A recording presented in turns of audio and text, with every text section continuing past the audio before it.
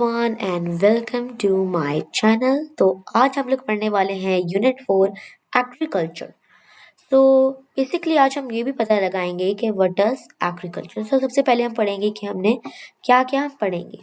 Explore the border meaning and types of agriculture, recognise Pakistan is an agriculture country, recognise the value of agriculture in terms of Pakistan. मतलब पाकिस्तान का agriculture से क्या ताल्लुक है, ये सारा नॉलेज में आ जाता है। स्किल्स में हम पढ़ेंगे कंपेयर एंड कंट्रास्ट, कि हम उसको कंपेयर करेंगे, कंट्रास्ट करेंगे, डिफ्रेंशिएट करेंगे, मैप्स को लोकेट करेंगे और बहुत सारी चीज़ें और भी करेंगे।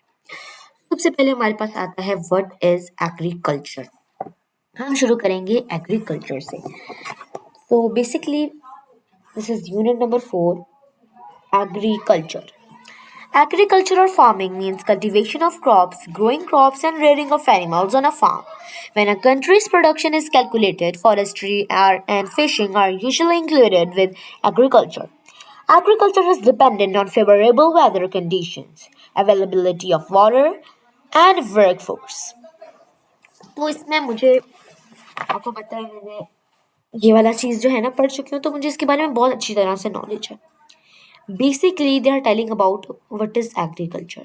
कह रहे हैं एग्रीकल्चर और farming means cultivation of crops, growing crops and raining of animal. ये देखें, एक मिनट।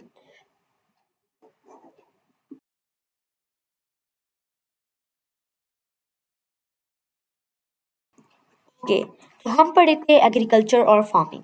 तो एग्रीकल्चर या फार्मिंग का मतलब होता है कल्टीवेशन ऑफ क्रॉप्स, मतलब क्रॉप्स को कल्टीवेट करने को एग्रीकल्चर कहते हैं।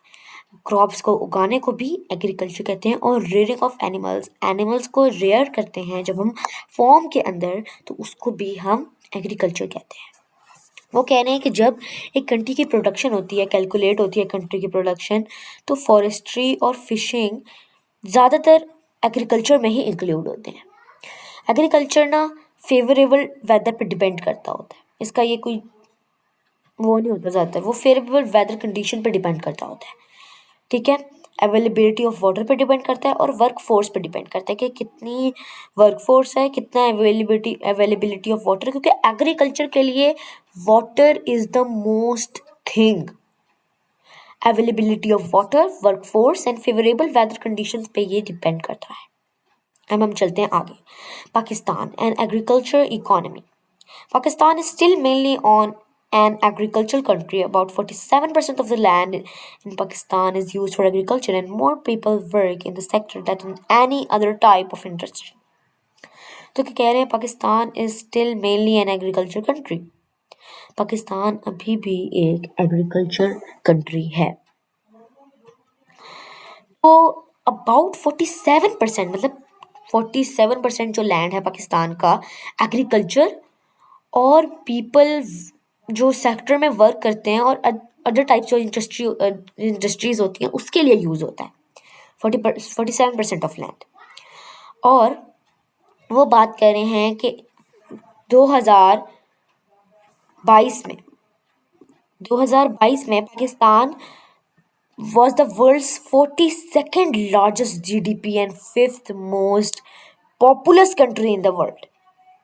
वो कह रहे हैं कि 5th most populous country in the world था पाकिस्तान, लेकिन 2024 में। अब आप साथ ही एक चार्ट देखें, एग्रीकल्चर आउटपुट ऑफ पाकिस्तान। हम ये वाला चार्ट देख लेते हैं, एग्रीकल्चर आउटपुट ऑफ पाकिस्तान। 2022 जब पाकिस्तान का वर्ल्ड 42nd लार्जेस्ट जीडीपी था और 5th मोस्ट पॉपुलस कंट्री था हमारा वर्ल्ड में, तो अब 2025 में इसका कोई नामो निशान ही नहीं है। आगे चलते हैं।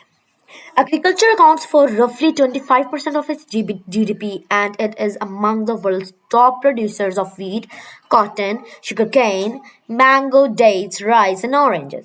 वो कह रहे हैं कि एग्रीकल्चर अकाउंट जो है रफली 25% उसकी जीडीपी का है, और ये वर्ल्ड के टॉप प्रोड्यूसर्स जैसे कि वीट है, कॉटन है, शुगरकेन, मैंगो, डेट्स किसके अमंग है। ठीक है, तो वो बात कर रहे हैं Pakistan exports rice, cotton, fish, vegetables and fruit, mainly oranges and mangoes, and imports vegetable oil, wheat and pulses। तो बात हो रही है पाकिस्तान की एक्सपोर्ट्स की। कि पाकिस्तान के एक्सपोर्ट्स में rice, cotton, fish, vegetables and fruit mainly oranges और मैंगोज पर डिपेंड करते हैं and imports vegetable oil which are wheat and pulses. अब हम आगे चलते हैं। ये हमारा आ जाता है आगे मेथड्स ऑफ फार्मिंग। सबसे पहले वो बता रहे हैं कि food import although less than export is in substantial due to varied and unreliable rainfall in Pakistan as well as needs of the increasing population. तो इसमें वो बता रहे हैं कि फार्मिंग की मेथड्स क्या होते हैं। Farming can be subsistence or commercial. Subsistence farms are small and produce just enough for a family to live and sell any product that is not needed. Commercial farms are much larger and make a profit. वो कह रहे हैं इसमें कि farming जो है एक subsidence है और कमर्शियल की दो इसकी टाइप्स हैं, एक सब्सिडेंस और कमर्शियल। तो बता रहे हैं कि सब्सिडेंस फार्म्स जो होते हैं बहुत छोटे होते हैं, लेकिन वो प्रोड्यूस करते हैं सिर्फ और सिर्फ फैमिली के लिए रहने के लिए, फैमिली के रहने के लिए प्रोड्यूस करते हैं और सेल करते हैं एनी प्रोडक्ट, वही प्रोडक्ट सेल करते हैं जो काम की चीज़ नहीं होती। अब हमने जब पढ़ लिया है सब्सिडेंस तो हमें पता है कि कमर्शियल में ज़्यादा बेनिफिट्स होंगे। Commercial farms usually have main crop और टाइप ऑफ लाइव स्टॉक।